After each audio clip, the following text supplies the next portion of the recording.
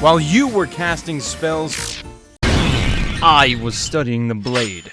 Like, actually, I had to study this shit. I wanted to do a ranking video on katanas, but there's a slight problem. In my 300 hours of playing Elden Ring, I've hardly ever touched them. But today, that streak ends, and we're going to be ranking every katana in Elden Ring from worst to best. Now, there's 5 aspects we'll be taking into consideration: power, handling, versatility, flow, and style. I'm not going to be diving into frame data or motion values, just focusing on how these weapons actually feel to use. With that out of the way, let's get into this list, starting with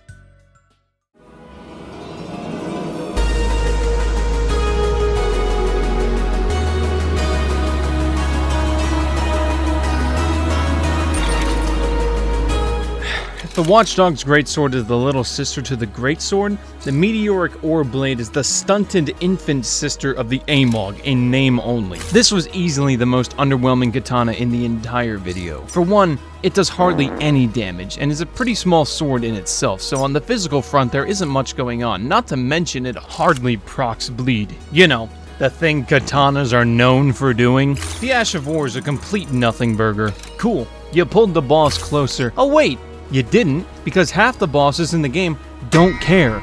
The ability is borderline useless in a boss fight, not to mention it hardly does damage, just like the rest of this pitiful thing. Speaking of pitiful, just look at this thing. It's a plain black sword with these gems down the side, but honestly, the gems look more like scurvy shit flakes than a source of gravitational might. But hey, 20% extra damage to gravity type enemies. Those falling star beasts will never know what hit them. Fucking great. Overall, I low-key fucking hate this weapon. It's weak, it's ugly, and it's overshadowed by basically every other katana in the game.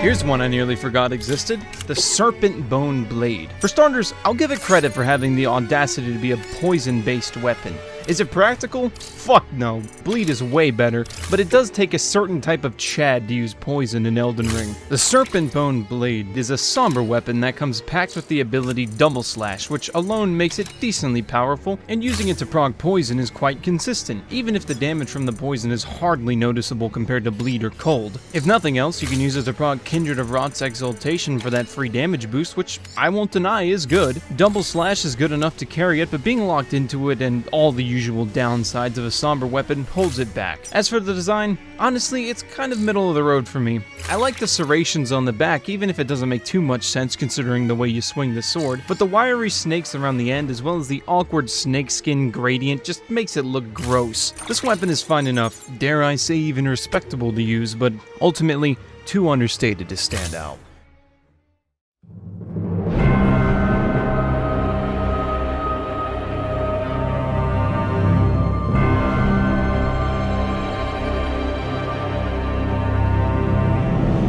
Yeah, I can hear you typing that comment, but bear with me. The Hand of Malenia is one of those amazing on paper type weapons, similar to the Greatsword of Radahn Lord. For starters, the ability Waterfowl Dance can destroy, doing upwards of 6,000 damage and pretty good poison bleed buildup, but only really if the boss allows you to. If Malenia just stands there and takes it, hey, kudos to you. But if she decides to do literally anything else, you're in for it. It takes fucking forever to cast, you're stuck in the animation for a millennium, and the damage is not that comparable to the time you have to put in. It's a weapon that constantly promises more than it actually delivers. Not only is this thing a bitch to use, but it's also a bitch to pick up. You need a staggering 48 dex just to even consider using this weapon, which, yeah, fair enough, every weapon class needs its big crown jewel, but it ends up being another high hurdle you need to jump. Compared to the other katanas, it just feels strangely restrictive, probably due to the ability taking up so much gameplay bandwidth. The hand thankfully works really well with Millicent's prosthesis and the Rotten Wing Sword insignia, which means those damage boosts are always coming in, though this is brought down by its lack of bleed proccing. The build variety is stunted, essentially just hyper dex maxing for straight damage with a little bleed sprinkled in. I'll give it this at least. It is very pretty, nice and understated, being ripped right off Malenia's arm. It commands a certain respect that I can't help but admire. I love the engravings down the side, and the dull, unalloyed gold she references is a beautiful, undemanding hue. Overall, the hand of Malenia is one of those weapons that gets less impressive the longer you use it. It sells you the fantasy of becoming Malenia herself, but in practice, it just ends up being disappointing.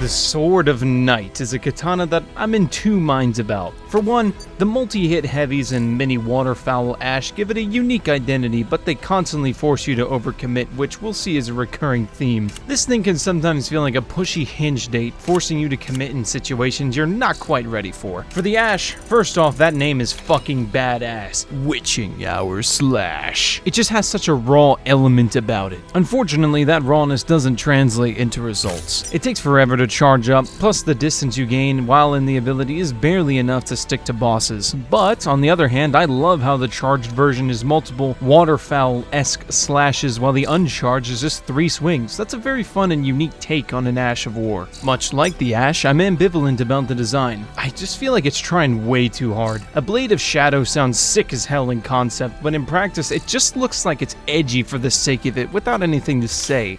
The sword of an all-consuming, bottomless black that devours even the light that shines upon it. Can't you just feel the grease leaking from that description? It sounds like some shit your longtime D&D party murder hobo rogue would come up with. It just makes me feel gross. The whole ghost blade that can't be guarded completely shtick is cool in concept, but hardly effective against bosses. Maybe Crucible Knights, and that's about it. The physical magic split adds to its versatility, but I'd honestly rather it commit to one. In the end, the Sword of Night is decently strong, don't get me wrong, but it's campy, kinda cringe, and its quirks are pretty non-applicable. Curse you, Bale!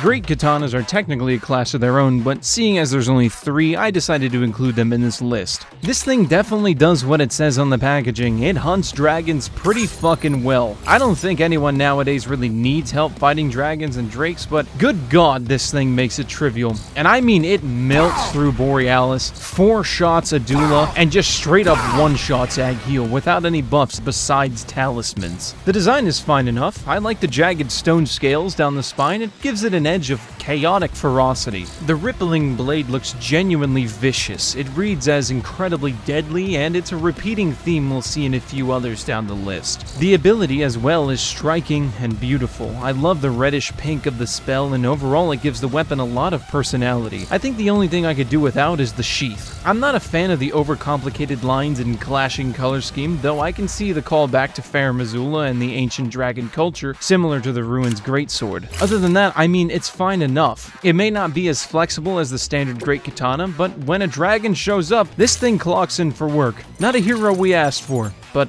definitely one we got.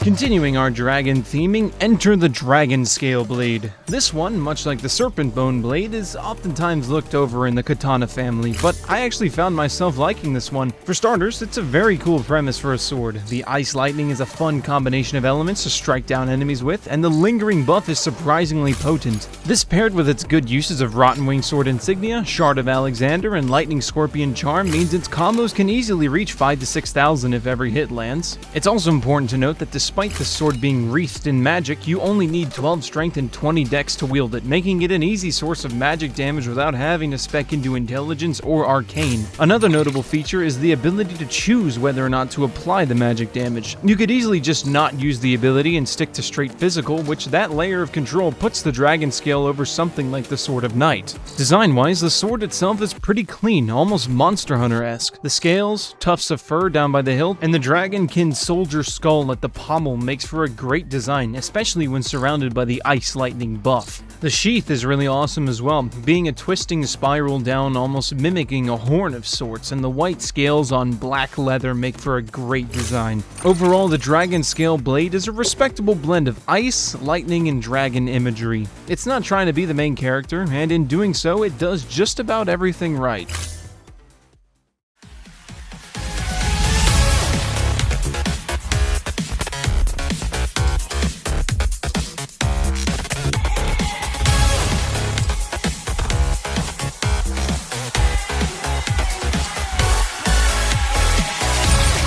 The standard Great Katana was a breath of fresh air for a strength player like myself, but don't for a second think this thing lacks the grace of its smaller sisters. This sword is still smooth as hell. I love the range on this thing, and good god, that roll attack is amazing. It's great at keeping up pressure, and really gives you the best of both worlds from katanas and something bigger like colossal swords. You get the reach and stopping power of a colossal sword while being able to weave attacks in between boss moves like the rest of the katanas. It even earns bonus points in flow by having the longest reach of any katana, just barely edging out the other great katanas. As is custom for the standard iterations of any weapon class, the great katana also comes with a plethora of builds, mainly either going heavy affinity with Lion's Claw or the occult affinity with the overhead stance, but also being able to use cold or bleed decently well. Its versatility and flow are its greatest strengths. The design is simple, just a really long and girthy katana, and looks sleek and powerful all at once. My only gripe is that for whatever reason, it and the rest of the great katanas are stuck clipping into the ground, which is only mildly irritating. Overall, the standard great katana is proof that simple doesn't mean boring. It's smooth, powerful, and sure to poke out most enemies. Don't sleep on it.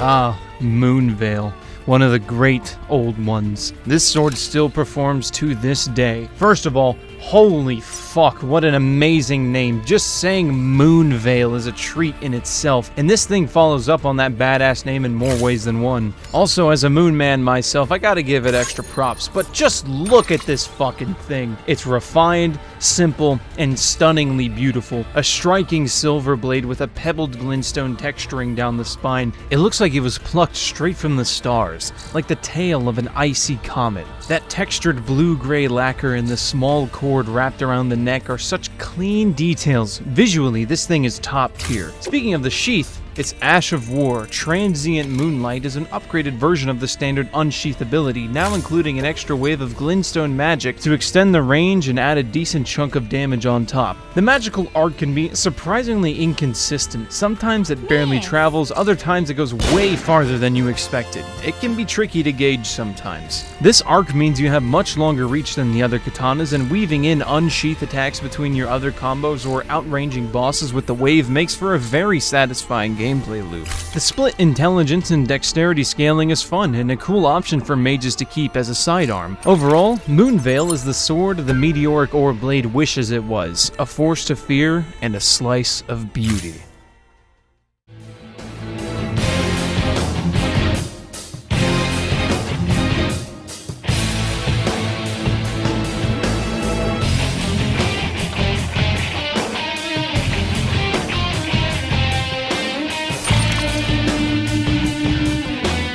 I'll be completely honest, I had no idea this sword even existed before I made this video, and fuck did I miss out. The Star-Lined Sword, or the SLS for short, is a great example of DLC power creep, as it can easily be compared to Moonveil. While Moonveil is an unsheathed magic attack, the SLS is an entire magical combo string. Its ability, Onz's Line of Stars, can be a complete blender. It basically doubles the length of the sword, making up for a rather lackluster base reach. It also moves you around quite a bit, and the awkward posing makes it difficult for bosses to keep up, or just outright miss. The ability has 3 separate moves, meaning you can adjust combo length unlike something like the Sword of Night. Visually, good god, it looks like you're swinging around Orion's belt, and that is fucking incredible. Both the sword itself and the grace of the Ash of War make for a beautifully designed weapon. The subtle greenish-blue glow emanating from the edges, as well as the linear constellation running down the spine, gives it such a uniquely beautiful profile. Call me a sucker for space, but the starry quasar-esque design is strikingly gorgeous. The Star-Lined Sword just barely edges out Moonveil as the better intelligence dexterity katana, but they're really just 2 sides of the same starry coin, and I love them both for it.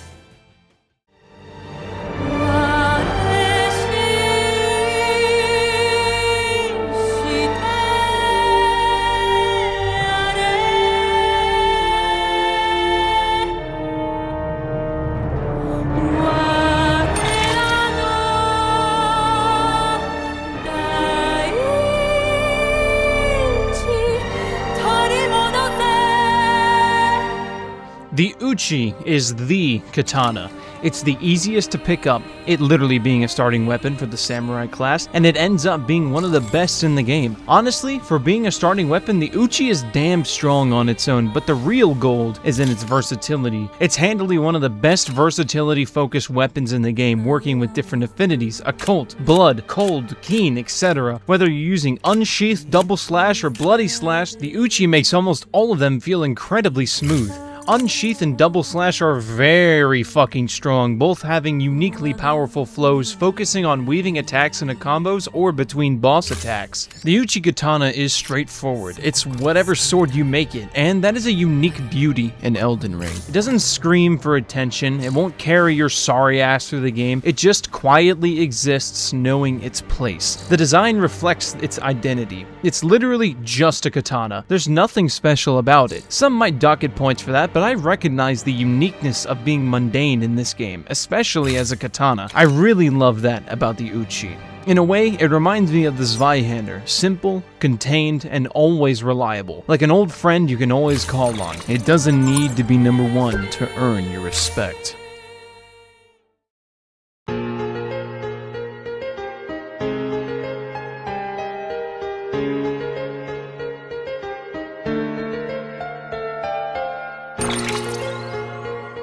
Fuck Rivers of Blood, dude. Fuck, no self-respecting Tarnished has ever relied on this thing, but holy shit does it deliver.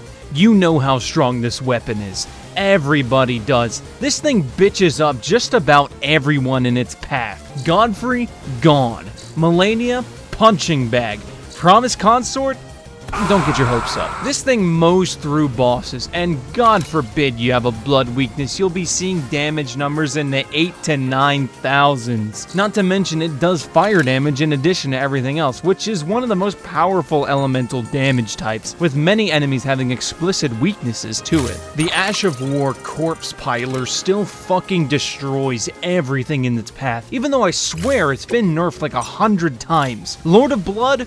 I'll be taking that title, thank you. This thing hails as much controversy as a presidential election, and it's always been a strange experience looking from the outside in. I had never used this weapon until now, and my god, it's like playing 2 different games. Rivers will literally play for you. But honestly, as much shit as I give this weapon, I can't deny how pretty it is. That warped, jagged edge looks incredibly sharp and hostile, and goddamn, the sheath is so cool too. I love the red cord around the neck. I've always loved how this weapon stands out, like it's been mired in blood for so long the steel itself warped into a solidified bloody crystal. I also love a detail down at the hilt where the blade is almost splashing out of the handle, like you dipped your finger into water and drew it away quickly, creating an arc of liquid. It's such a solid design choice for a weapon whose visual identity revolves around blood. Overall, Rivers of Blood is still broken. I finally understand why everyone hates this thing.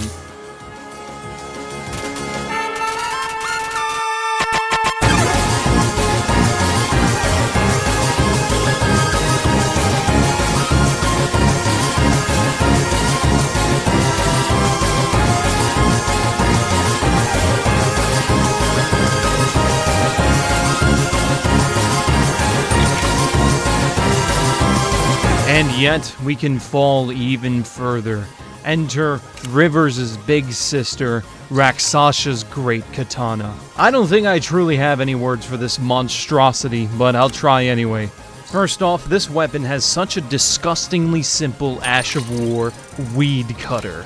It's a spam style attack, think Wild Strikes, but oh my fucking god. Oh god, can we show this? He's just swinging and swinging.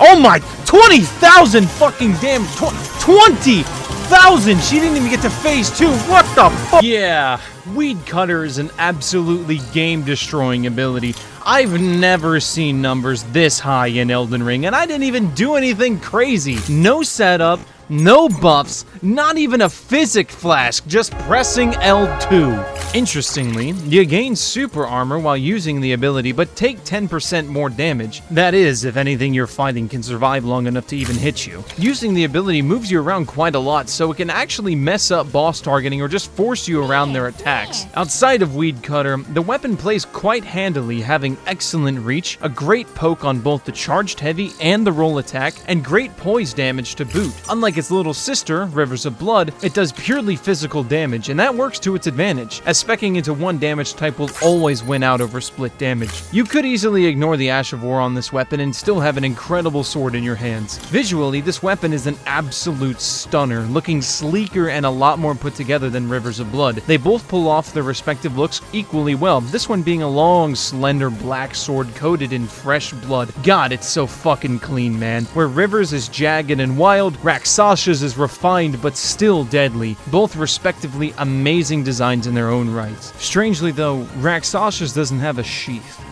I don't know why. Overall, Rakshas's Great Katana is one of the most absurd weapons From Software has ever put into a player's hands. If your solution to every problem is pressing L2, congratulations, you already won. But enough of all of that nonsense. It's time. Time for our number one katana, which is...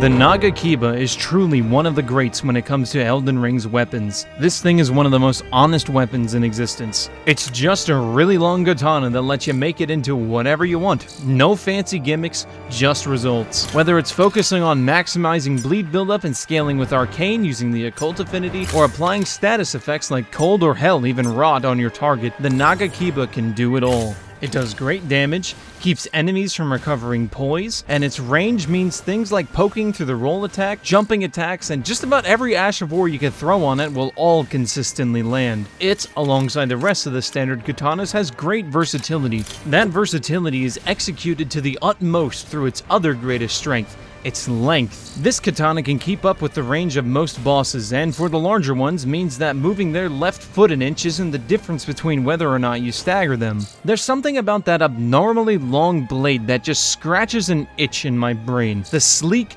clean steel is quite nice to look at and gives it good style points. Just a slight upgrade over the Uchi Katana. I really wish, honestly, there was more to say, but really the best traits are strictly obvious. And come on, it's not like we don't know how great this thing is. The Nagakiba isn't the strongest katana. It isn't the flashiest either, but that's never been the point.